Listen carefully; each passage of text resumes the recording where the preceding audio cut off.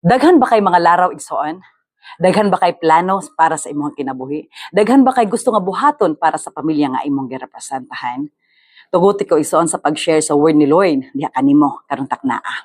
Ang pulong sa Dios igsoon mabasa siya sa Panultihon chapter 16 verse 1. Nag-ingon ang pulong sa Ginoo, ang tao maghimog mga laraw, apan ang Ginoo maoy magbuot sa tanan.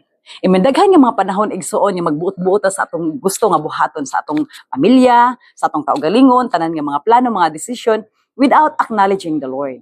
Pero gusto sa Ginoo karon nga ipa-remind sa imuha igsuon, no? Bisan pa mag-unsa o bisan pa mag-unsa kadaghan ang imong mga laraw igsuon, mga plano sa imong kinabuhi igsuon, it is God, no? It is the will of the Lord good ang mahitabo sa atong kinabuhi. Mao na nga unsa man ang imong gusto nga buhaton igsoon mas maayo, no? Daghan man kay mga laraw, mas maayo nga himuon nimong partner ang Ginoo. Aya pagbulag sa Dios igsoon. Kay nganuman kung mobulag ka sa Ginoo, no?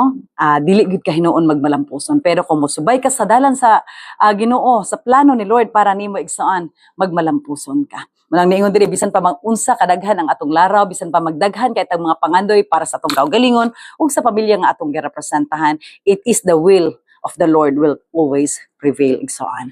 God bless you igsoon ug maayong adlaw kanimo.